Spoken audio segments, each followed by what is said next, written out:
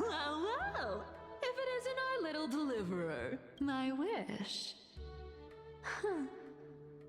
Just let me wine and dine and soak up the sun for another millennium or two.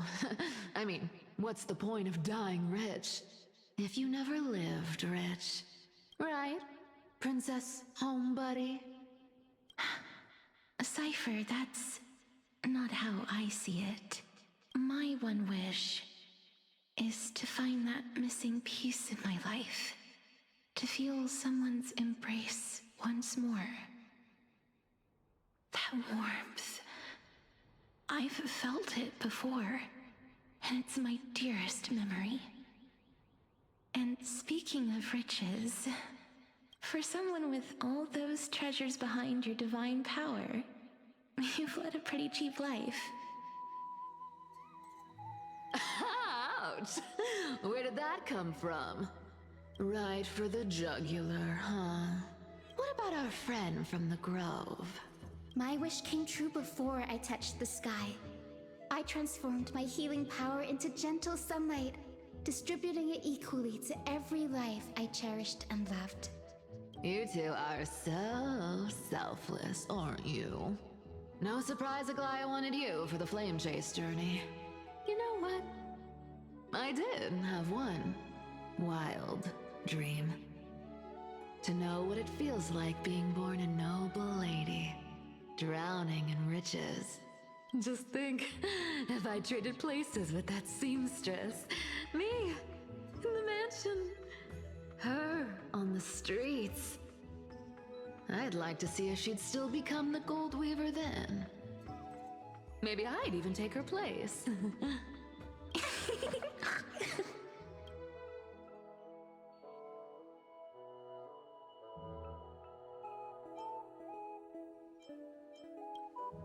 I can't disagree with you.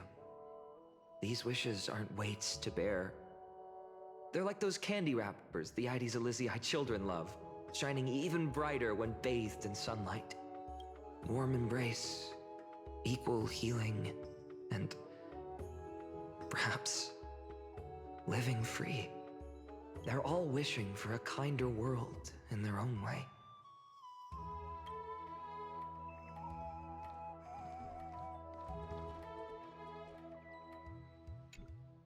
Personal wishes? I have none. Only the Aranova matters. The world's rebirth. Yet, if I am to weave a new era, then it may be one where kindness and her cleaners shall never tread.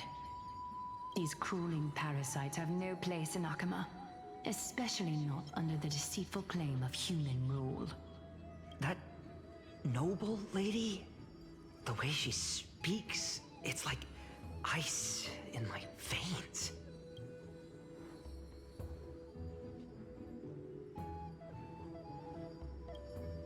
Huh. Not exactly the warmth I'd expect from someone selfless. Teacher, perhaps you could share your wishes with us? Oh, Snowy. You want to know about our wishes now? I wish to meet Trian again. In the sea of flowers where the west wind ends. And Aggie, I want to see you shed that golden thread cocoon around your heart. Just once more. Smile at us again like that bright-eyed girl in white who stood before the Yanisopolis temple. Finally, I pray that the footsteps of lost souls no longer wander aimlessly. Instead, replaced by the bright songs of prayer. Are we wishing for too much? Well, let's say these 3 wishes represent Trian and Trinan too. Those wishes are truly wonderful. They even stir something deep inside me. Then we can rest easy, because only you can make these wishes come true. Only me? Mark these words, Snowy. See you tomorrow.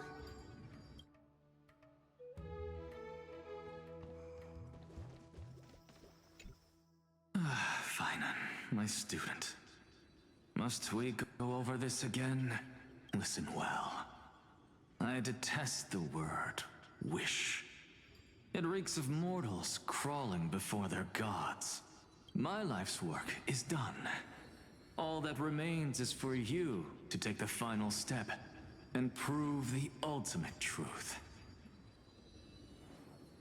I, Anaxagoras, shall become a god of the new world. Through irrefutable logic, I will prove that mortal wisdom can achieve divine greatness. Isn't he, you know, a little...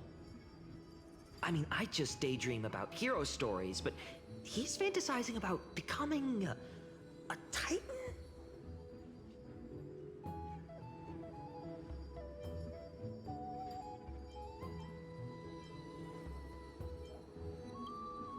Come on, you're joking, right? Am I really being burdened with a dream that feels more like a fantasy?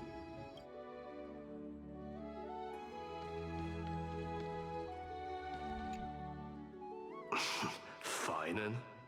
Since when did you become so timid, asking such juvenile questions about wishes? What's that supposed to mean? What's with that condescending tone? No way I become friends with this half-naked show-off, right?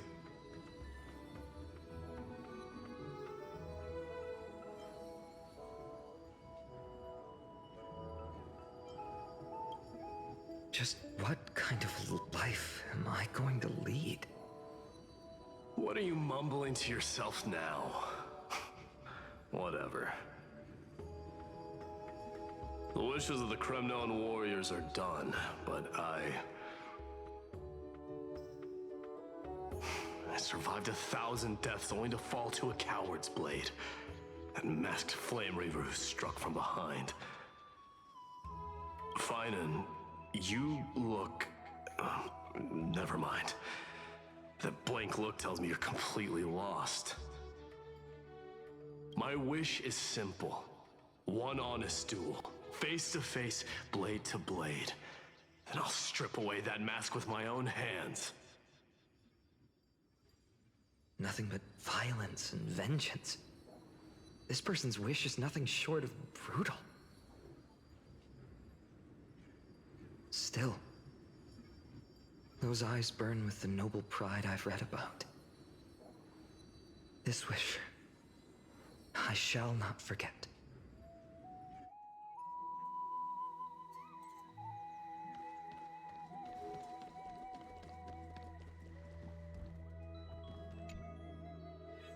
So tell me, has the uncertainty in your heart begun to fade? So many faces in my future. So many wishes. Still, why would fate choose to show us this path? What's weighing on your mind? Didn't you say disaster would strike Amphoreus? If so, shouldn't Cyrene and I stay in Ides Elysiae? How could we possibly meet all these people?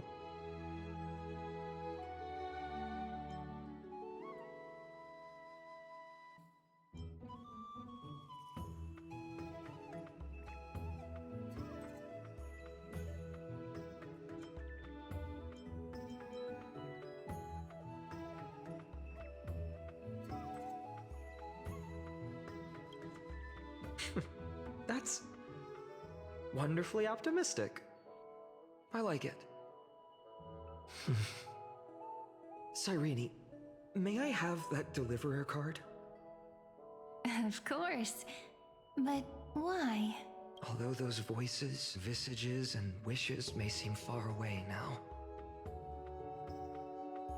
I can't ignore the sense that something is calling me, bidding me to take a hold of it.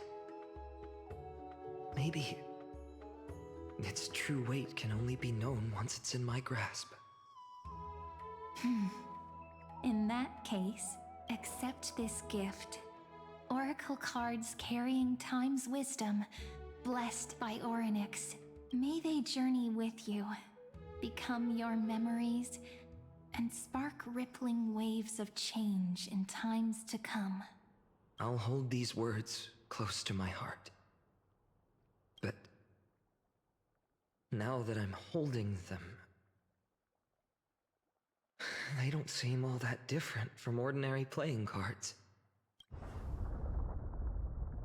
What? What's happening? Everyone, we've got big trouble, Mimi! Burning, smoke everywhere. It's all coming from beyond the maze. What's going on? It's here. The seeds of disaster have already taken hold, sooner than we had foreseen. This time, not even the Veil of Evernight can shield us. You mean Aides Elysiae will be swept up in the prophesized catastrophe? I'm afraid so. My children, take shelter in the Membrance Maze. One step outside, and this horror will consume you both. But my parents, the whole village.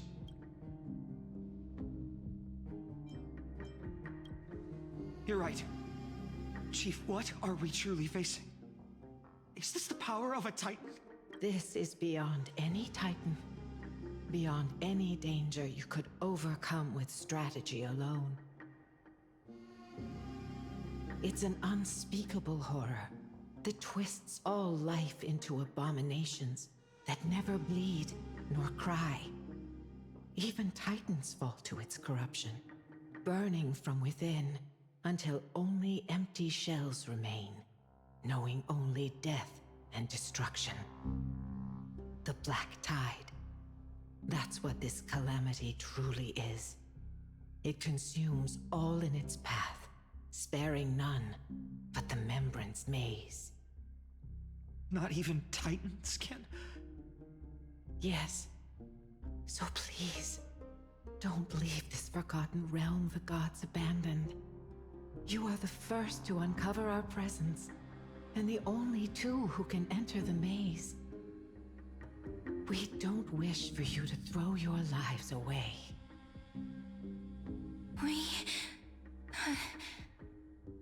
Finan, what path do we take?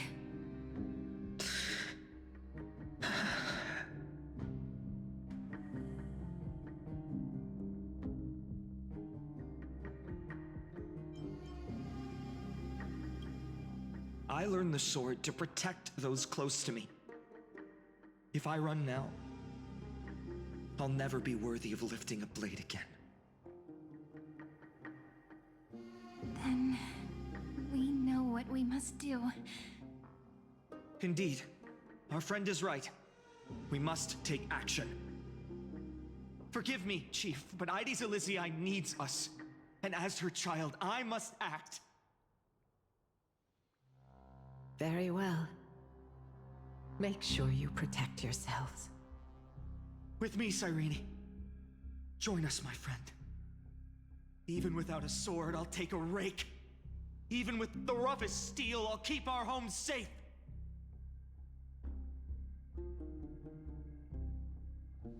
Deliverer. The card's truth extends beyond its mere literal meaning. There's another hidden layer within.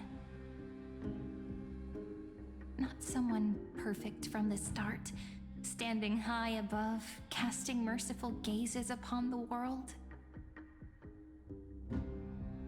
But one who starts small, from a humble village, expanding their world within step by step, learning to save others as they grow. When we were little, I told him I wished this world would never need a deliverer. Now that wish has shattered. Yet I'm glad he's chosen to walk this path. And all of this happened because you believed in him, friend. Shall we? It's only when you're by our side that Finan and that our hearts find their courage. I know you're watching us right now. Aren't you, great hero from the future? Oh, deliverer. So, cruel irony. Though destined to bear the world's burden, this boy can never become the hero to bring forth the dawn.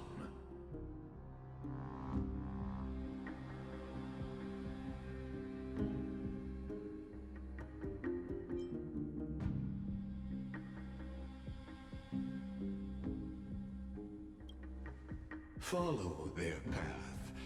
Bear witness as this man, forever denied the mantle of hero, takes his first step on the path to deliverance. Watch this memory play out its final act. See with your own eyes how everything began. Then you'll see why his dream of deliverance was always destined to become this world's requiem.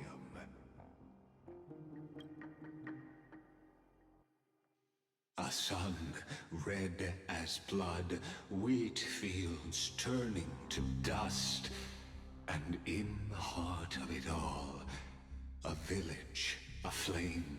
In that moment, the boy stood in what felt like the end of existence itself.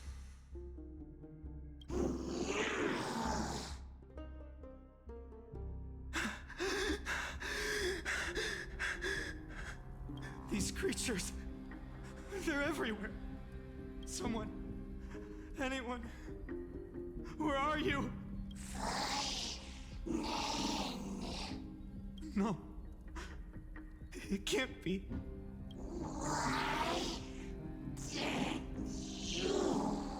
You... Are you... talking to me?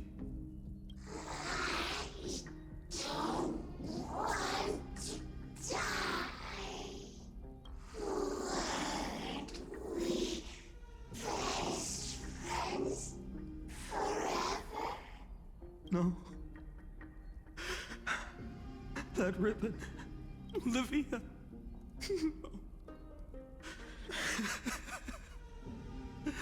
I should have known.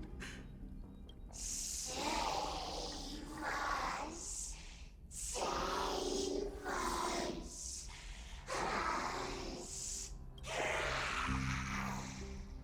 Please. No. Stop. Please stop.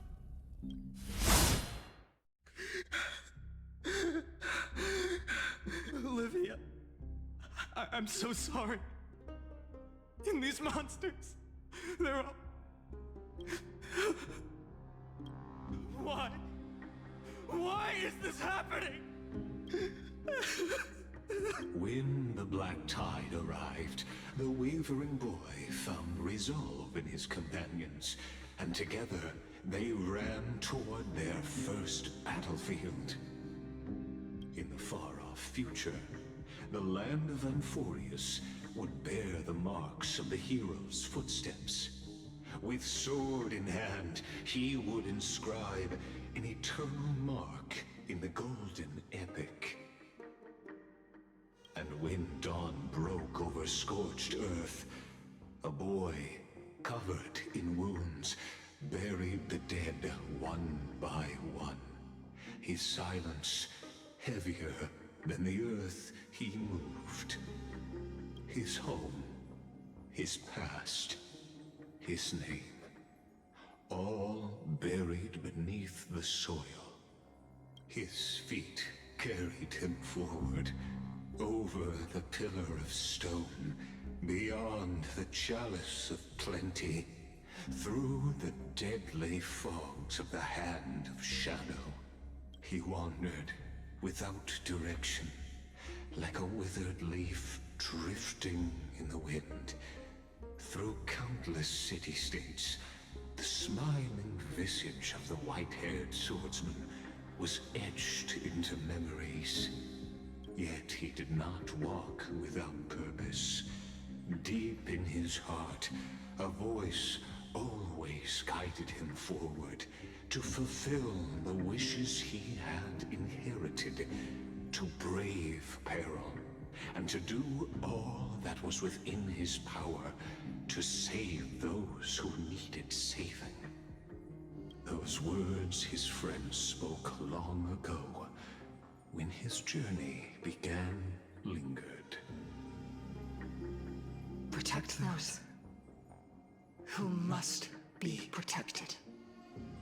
The words were few, but they gave him all the certainty he needed. That's what it means to be ordinary and choose to be more. Onward he walked, until the call of the Flame Chase journey thundered across the land.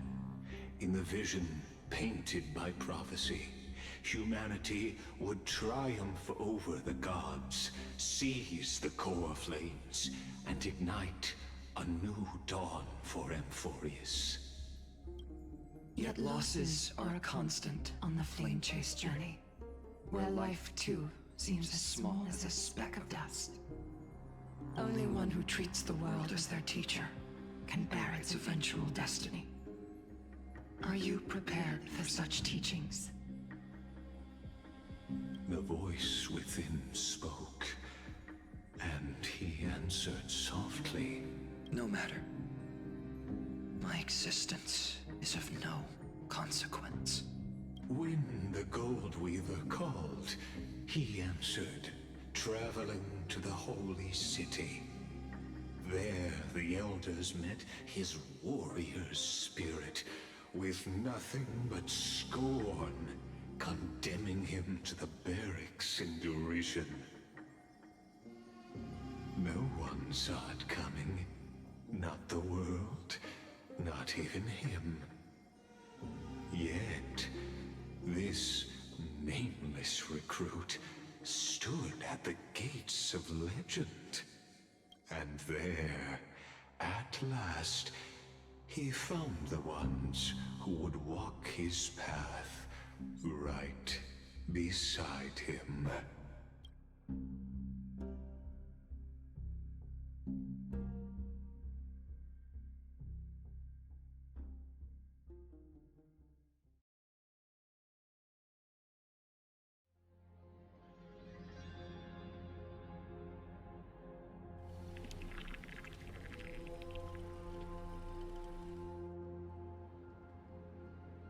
This is the abyss of fate. Hold on. Finance here too? And is that Mighty and Trinen? And now, Act 2 of our immersive drama unfolds. They're evacuating the temple. Why now? Are you insane? That blonde man is the Crown Prince of Krymnos. Mess with him, and every last person in this city could wind up dead. Calm yourselves. The Holy Maiden has everything under control. We need only wait patiently. Behold, it is the month of Gate, Light Calendar 4926. The Crown Prince of Krymnos, Midimos, has led his forces to the gates of Akima. As you know, though Midimos was proud, he did not engage in needless violence. He challenged the elders of Akima to a duel, not for glory, but for the rights and dignity of his people, to ensure they wouldn't live as second-class citizens in foreign lands.